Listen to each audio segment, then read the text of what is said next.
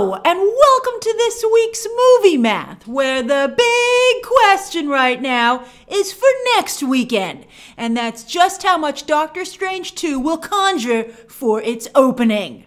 With pre-sales at 42 million, the industry projection is anywhere between 150 to 200 million. Big net, big net. But the bottom line is that it just has to top the Batman's 134 to be the biggest of the year. And it's already doing better than the Batman in pre-sales.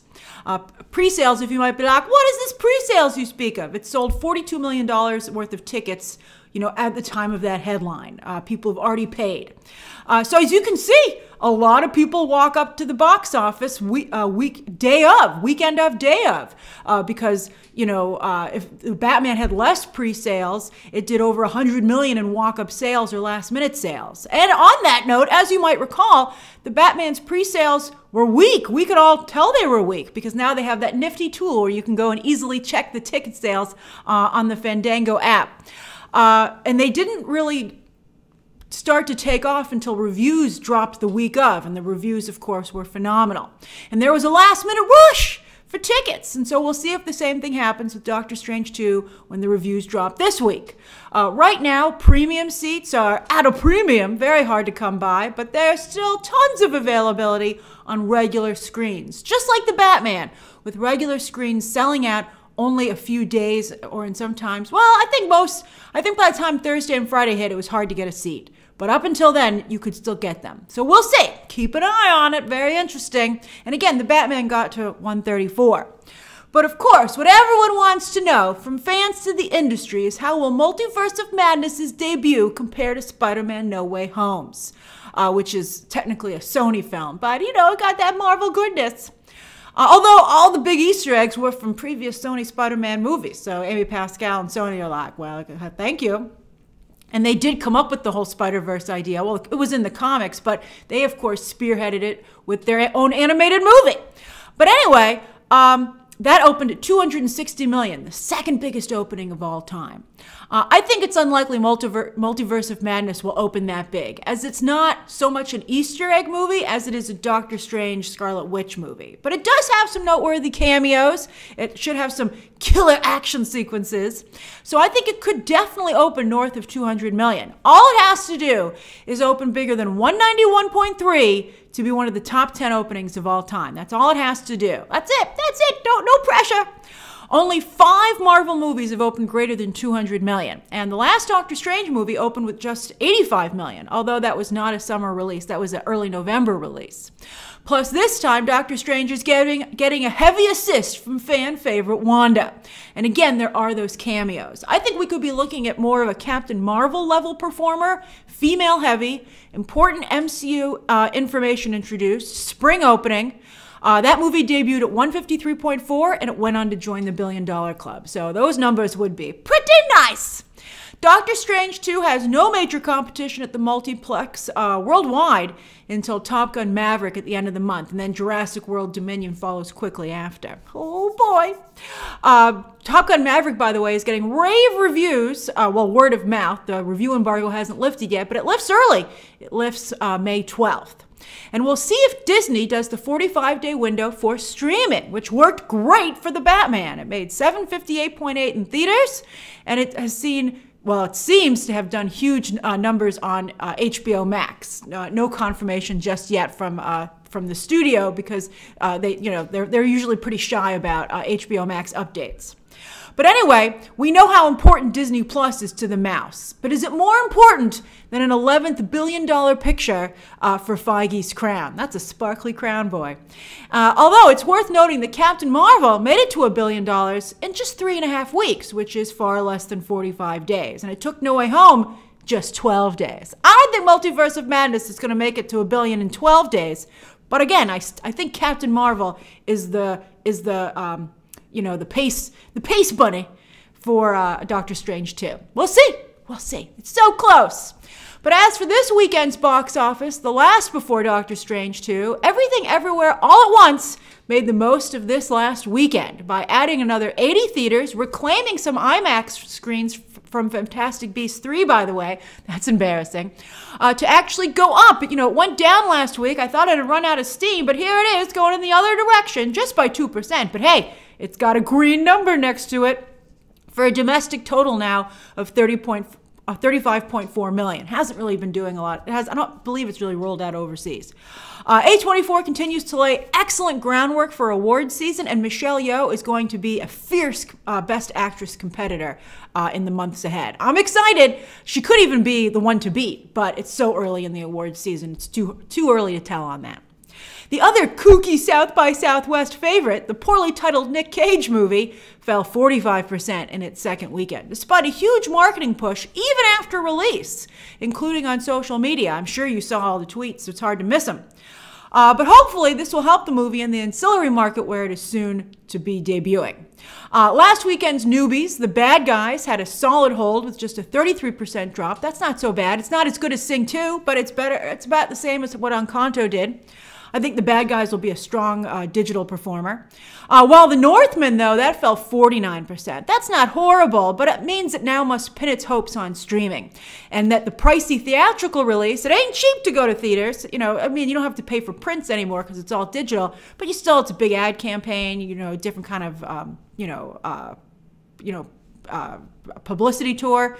But that might have raised awareness, which will help with streaming down the line. Are you waiting to stream The Northman, or are you just going to skip it entirely? And again, neither Fantastic Beasts 3 or Morbius are going to reach the century mark domestically, which is humiliating for both franchises. I think Fantastic Beasts is dead. You won't see any more of those movies. Again, turn it into an HBO Max show, please. Or maybe we'll just have a Dumbledore versus Grindelwald movie. I don't know. This is so poor, though, and they are such a big part of this film. I think maybe a streaming show. I don't see them continuing with this story in the movies at all.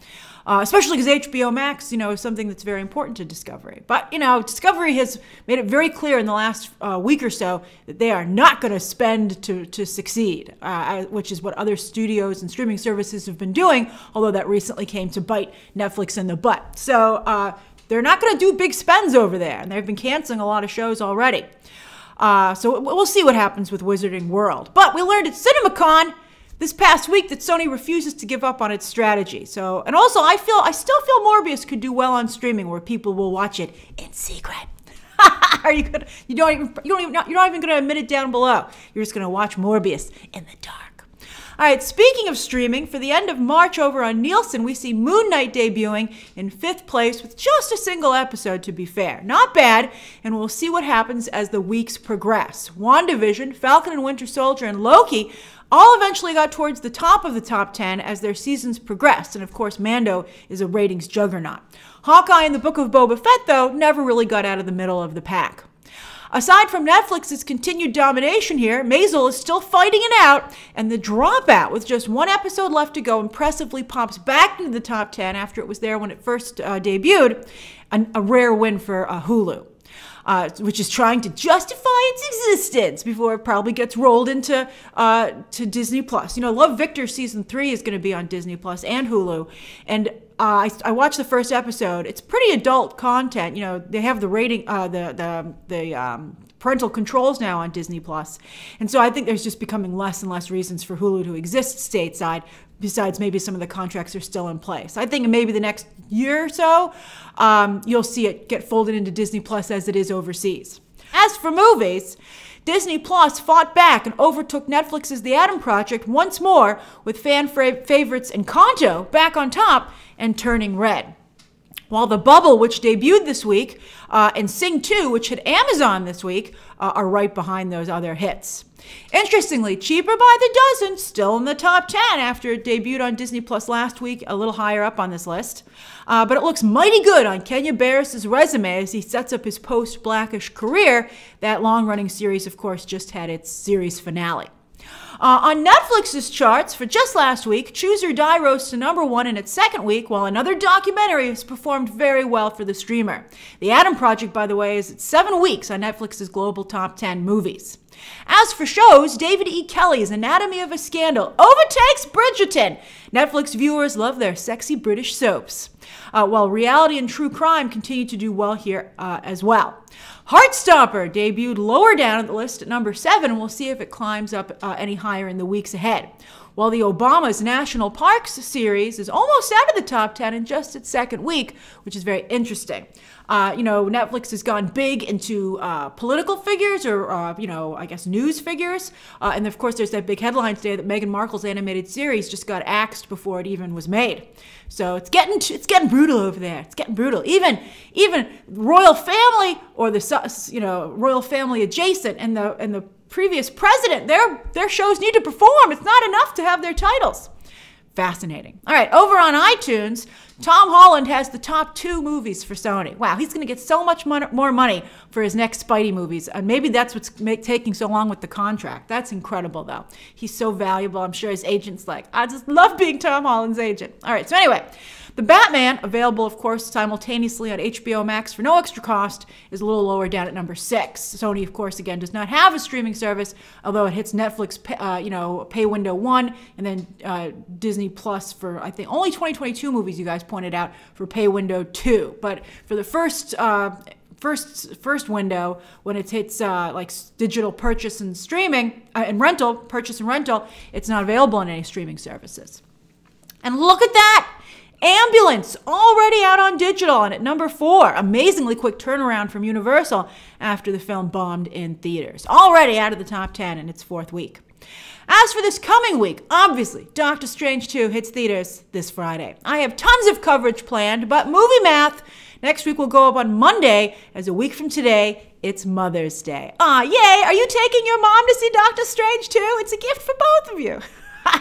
As for streaming, we start off on Wednesday with The Circle Season 4 debuting on Netflix.